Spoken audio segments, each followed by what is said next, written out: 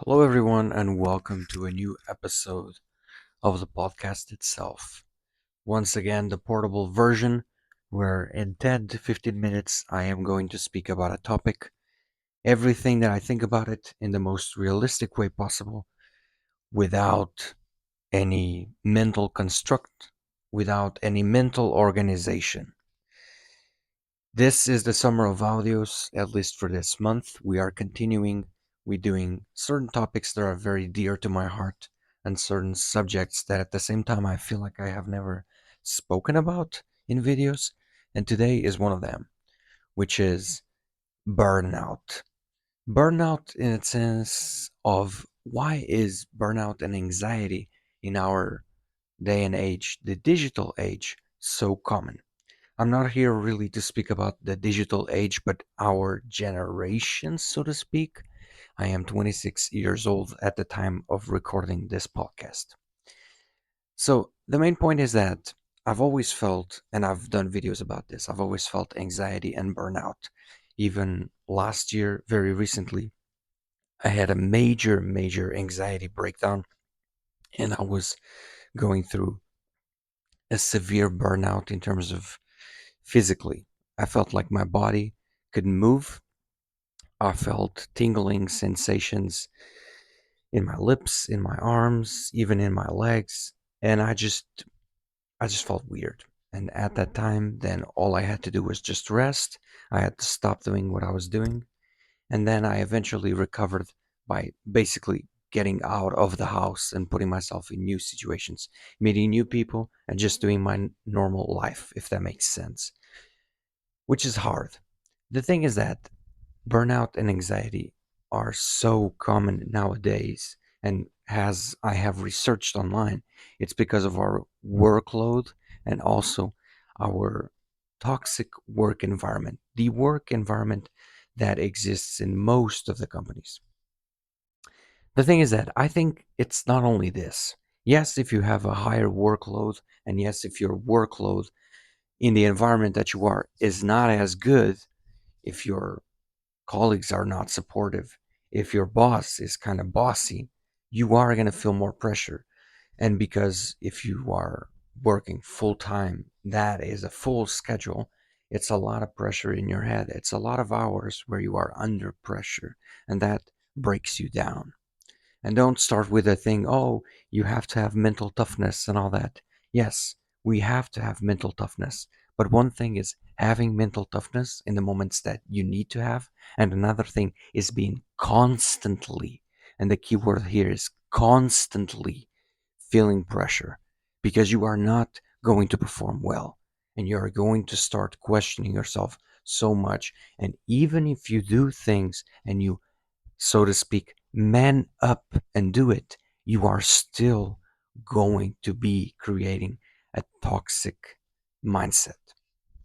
So I think it's not only because of the workload and because of the work conditions or environment. I also think it's about technology. Not only because we use our social media so much, and at the same time we spend more time alone, because that time alone is, even if you are with someone, you are being more time alone. You are with your phone. You are trying to get the feeling chasing that high that you can't get anymore because you have used social media for numerous amount of years. There are other reasons such as content stimulation, not only the social media, but content stimulation. We have so much content available to us that I feel like we don't know what to choose, and our head gets messy. At least for me, when I did the challenge, and right now I reduced the amount of content that I watched and the quantity and the quality of content that I watch, I'm much more selective. I felt peace in my brain. I felt like my brain was like, oh, okay, I know what choices I can make. It's not just a fucking mess where everything is available to me. You have to have boundaries and you have to have things a little bit clear in your head, like the purpose of things. At least for me, that is like that. But what I'm trying to say is that when we have a lot of options, I feel like our head makes a mess of things. And other reasons, I feel like also politics. I feel like nowadays we know so much behind the scenes of politics of journalism, of the news, and we know how much of bullshit and corruption goes on behind the scenes. And yes, that's great. Now we know that. Now we are aware of that. But I feel like it also breaks a little bit of our psyche because we're like, okay, why do these people, why are these people in charge and they're actually corrupt? That makes no sense. So I'm listing a number amount of variables, and you can say, well, everything contributes for burnout and for anxiety. And it's true. But the one thing, I think it's economy. I think it's the fact that our money is not as worth as much as it was before, and we don't have as many opportunities as before. If me, I want to get a new job, I want to start living alone, I can't do it. It's very hard for me to do it. That lack of opportunities, I think it's pretty much everywhere in the world right now. I think there are a lot of people and not enough resources. Now, that's not necessarily our fault, and at the same time, it's not something that we should always complain or compare with other generations because each generation had its own problems, and it's the same thing as comparing stressful situations. Every situation is stressful. The the degree of stress doesn't really change, and you can't say, oh, I had more stress than you, so therefore I'm more entitled to feel like shit or this or that. It doesn't happen like that. The main point is, if it's stressful, it is stressful, and stress is stress. So each generation has gone through their own problems and their own peculiar obstacles, let's call it like that. But I do feel like burnout and anxiety are more common nowadays, also because they are more accepted. And before, you used to retract so much and you used to hide yourself. And nowadays, people are more used to speaking up. And then you also get to the point where maybe there's too much speaking up, which is not a bad thing, but it's also due to social media. And maybe we now make a problem out of everything, and we can't be selective, and we can't say, okay, is this a real problem? Am I going to focus on this? Or is just this something that's going to go away? I know that I am giving you a huge, huge list of problems or of variables, let's call it like that may impact the way that we live and impact the way that we live. But I do feel like this topic is so interesting because it's weird. You speak with older people about anxiety and stress, and everything it gets shut down. They don't understand you because I feel like they gotten so used to burying it down that they don't speak about it. And at the same time, they are a little bit. I'm gonna say controversial. It's not controversial. I'm sorry. What I wanted to say is a little bit of a paradox because you can see that they are hurt, but they just don't want to show you that. Which again, it's completely fine, and it comes from other variables, from the past, from the again from life itself.